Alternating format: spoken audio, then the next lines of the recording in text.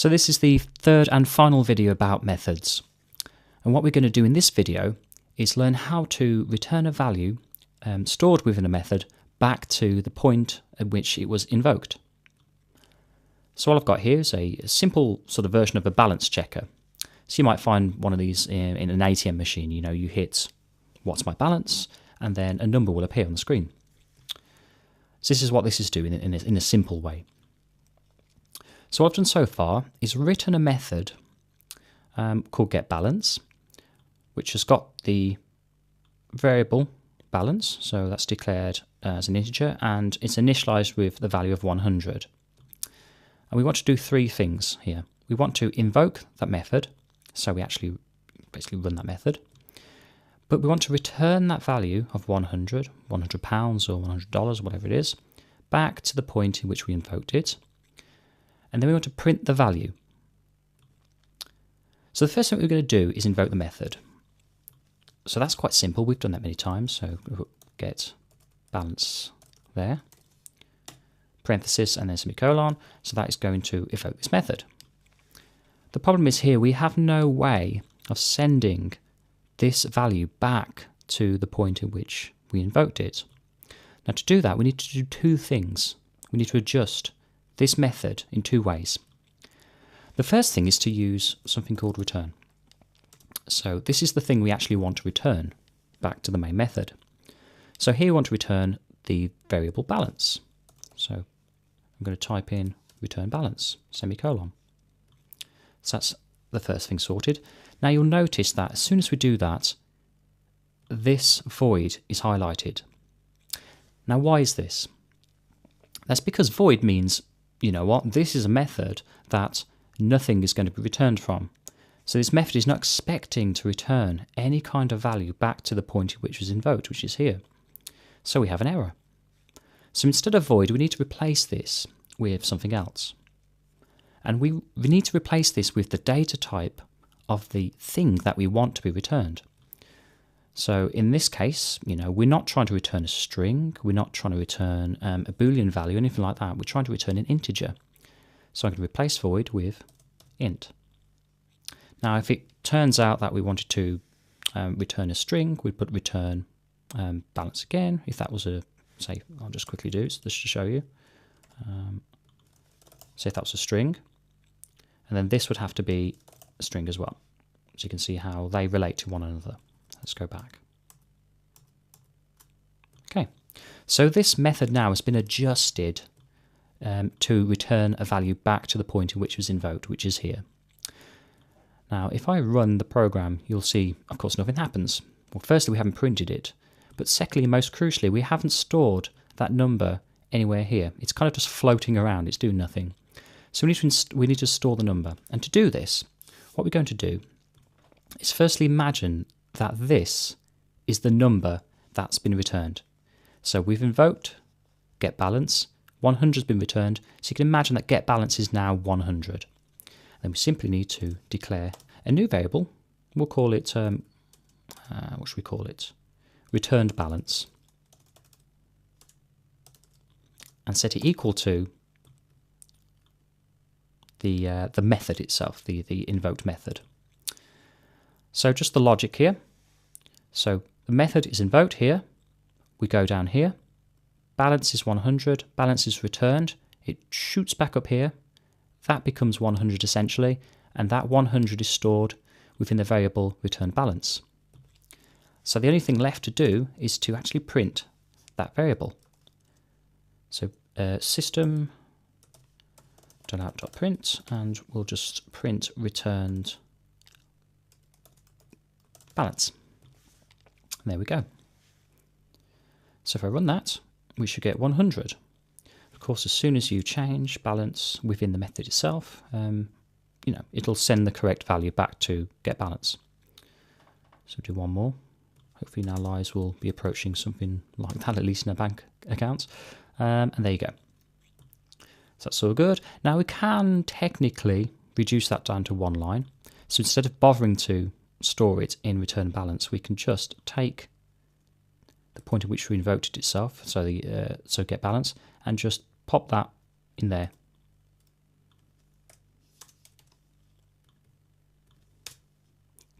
just like that. So we print out basically whatever's been returned from getBalance. If you're comfortable with that step, that's absolutely fine, but if not, it's perfectly acceptable to store it in a kind of temporary variable first and then print out that variable. That's perfectly fine. Okay, I hope you enjoyed that fantastically ungraceful edit that I've just done there. So to finish off, let's do one more example that combines all the different techniques that we've been looking at in relation to methods. So creating a method, passing some values into that method, and returning a value from that method. So let's make a little bit of space to start with. So let's get rid of what we got, and then define what the thing is that we want to build. So we're going to write a method that sums three doubles. So they can be 3.4, 5.7, and 8.9. And returns the result to the main method.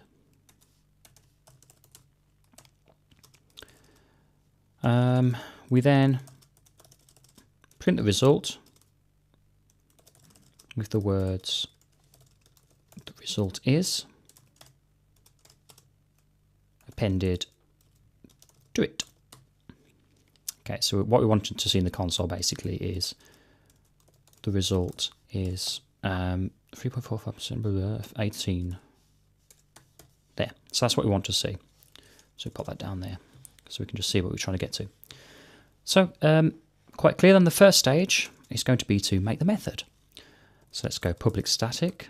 For now, let's go void, although we know that we're going to return a value in a little while. Let's just do it step by step. So put void in, we'll assume nothing's been returned just at the moment. Let's put an appropriate method name, which we can put, say, sum doubles, left, right parenthesis, curly braces, and some space. Next step would be to evoke the method itself. So invoke the method, sum doubles. Passed in nothing at the moment, but there we go. Okay, so we've linked up the method to the place in which we invoke it there. So the next step is to pass in the values. So the values that we want to pass in are 3.4, 5.7, and 8.9. Okay, so these values are going to need to be stored temporarily in some variables, which we need to write within the parentheses of the method. So this time I'm not going to put first number, second number, and third number because they're quite long to write. We can be a little bit more succinct than that. So we'll call them A, B, and C. But we do need the correct data type. Now this time we're not using integers, we're using doubles because they're decimal places, you can see. So we type double A, double B, and double C. Nice and short. Really don't want to be writing first number, second number, and all that again. Okay, great. So then next step is to do the calculation itself within method. So let's go int.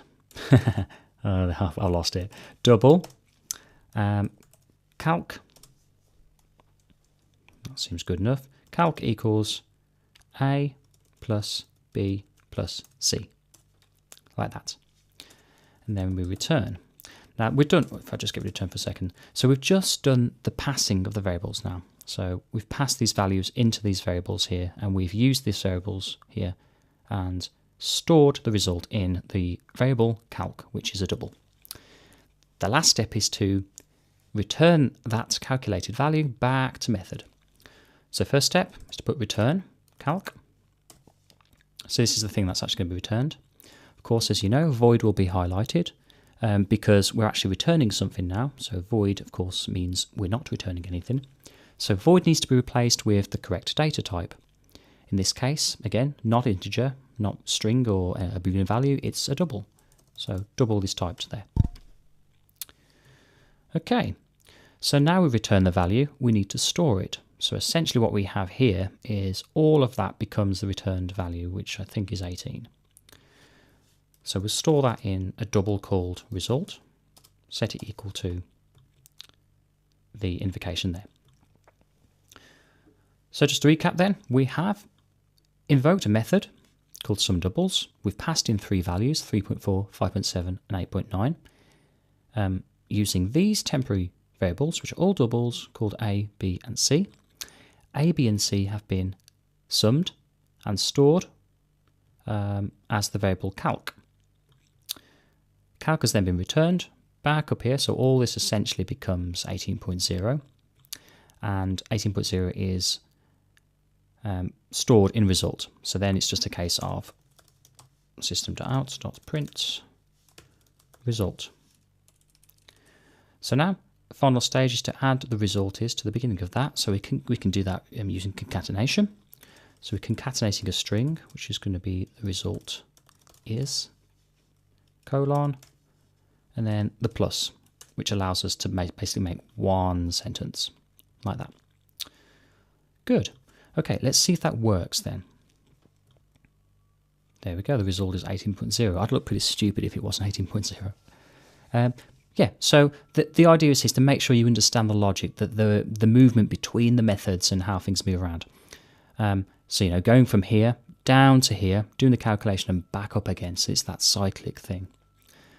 So if we wanted to make this 20, of course, we could just add a couple of values there. So add a couple of ones, and we're done with 20. So you can just adjust these and the calculation will suit. Hi there, my name is Marcus Hellberg, and in this video I'm going to show you how you can build web apps in Java using the Vaadin framework. So if you aren't familiar with Vaadin, it's an Apache 2 licensed open source framework that has around 150,000 active developers worldwide. Around 40% of Fortune 100 companies are using Vaadin internally, and behind Spring MVC we are the #2 Java-based web framework out there. In this video I'm going to show you a few things. First, we're going to take a look at what it really takes to build a complex modern web application and what we mean by modern web application. After that, we're going to have a very quick run-through of the basics of Vaadin, just so you can kind of follow along. And then we're going to spend the bulk of the video doing hands-on development to build an actual full-stack web application using the Vaadin framework. So let's jump in. First, what do I mean by modern web applications? When I'm talking about modern web applications, I'm talking about apps that should, first of all, be fast. They should be good-looking. They should be able to handle big amounts of data, and they should be able to support basically any kind of device or browser, and not require the user to have any kind of plugins installed on their device. So using the traditional way of building web applications, there are several things that we need in order to do this. First of all, obviously we need something on the server that can pass this data to the client and back, so we'll need some sort of REST controller.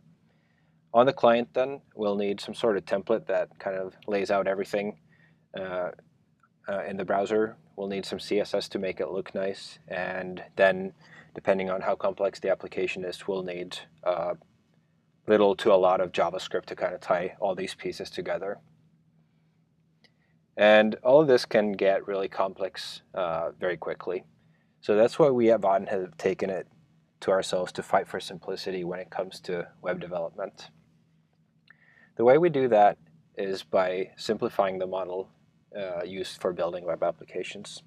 In Vaadin, everything is a component. So if we want a text field and a button, we instantiate a new text field and a new button. Every component gets laid out by layout. So in the previous example, these two components were inside of a horizontal layout. If we change that to a vertical layout, their order would change. They would be stacked on top of each other instead of next to each other. If we want to add any kind of user interaction to our application, which you probably want to do, that's very easy to do in Vaadin. The way we do that is by listening for user interaction. So any kind of component in the Vaadin framework that a user can interact with will trigger different types of events whenever those interactions happen. In this case, we're going to add a click listener to the button component, and whenever a user clicks the button, we're going to add a new label to the layout with the value in the text field. So if we run this, you can see that I can type in hello. If I click, the hello value gets shown and if I change the value and keep clicking, the value gets updated. A lot of times, though, when we're working with bigger applications, we're not interested in dealing with the data from fields just individually. Rather, we want to tie that data, bind that data to a object. So in this case, we have a person object, just a plain Java object. This could be an entity, for instance. So in order for us to tie this to our form that we have here, we'll use a binder class of type person. We'll then tell the binder to bind the instance fields with this particular layout. What that's going to do is it's going to look at the names of our text fields, and it's going to look at the fields in the person object and match those by name. We can definitely configure this, but this is a very simple way that you can do data binding with kind of a convention over configuration. Finally, our button here can listen for the click event and try to write the bean if there are no validation errors, and then finally show the value in a notification. So let's try this. Type in a first name and a last name and press save, and we can see that we have the notification there showing person.toString, so that's actually coming from the person object itself. A lot of times also in applications we need to deal with lists of a lot of data. In Vaadin, this is something that we can do very easily. So in this case, we're going to build a data grid. The grid gets instantiated by just creating a new instance of the grid object. We're then going to define some columns on it by passing in a function reference to first name, last name, and email, and setting captions to those columns to whatever we want it to be. Finally, we call our service, which we have auto-wired in here, and get people. That will just return a list of Java objects, and based on that, Vaadin will be able to generate the columns that we just defined, and the user can scroll through and sort all of this data. A lot of times, though, we have much more data than we can kind of reasonably pull out of the database at once. Most likely, the user is not even going to look at all of that data, and even if they do, they're not going to need all 100,000 rows at the same time. So if we want to do that, we can kind of keep the column definitions the same, but instead of querying the database and setting the items to a collection, what we can do is set a data provider. This takes in two lambdas, one that gets in parameters for sort order, offset, and limit, and those we can pass on to our service to kind of page the data fetching. The other lambda here just returns the total count of objects in our database. So with that data provider in place, we can now give the end user the same exact experience, but from in terms of our application running, we're no longer fetching the entire database. We're only fetching data in small pages as they are needed. Any page fetches will get triggered automatically as the user is scrolling along. Now, another thing that tends to take up a lot of time when we're building web applications is making things look nice. To help developers tackle that in Vaadin, we're shipping with a theme engine called Valo.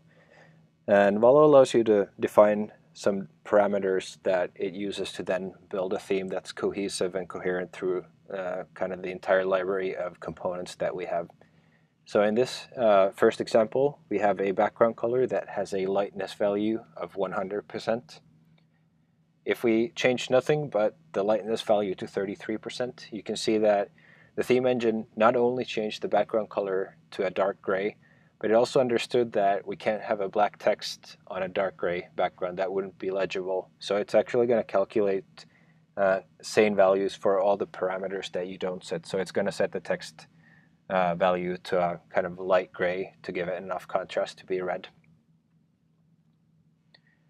By defining some further parameters, things like border radius and bevels and shadows, we can really customize the UI to look anywhere from the previous kind of web app interface to this Windows-like interface and anything in between.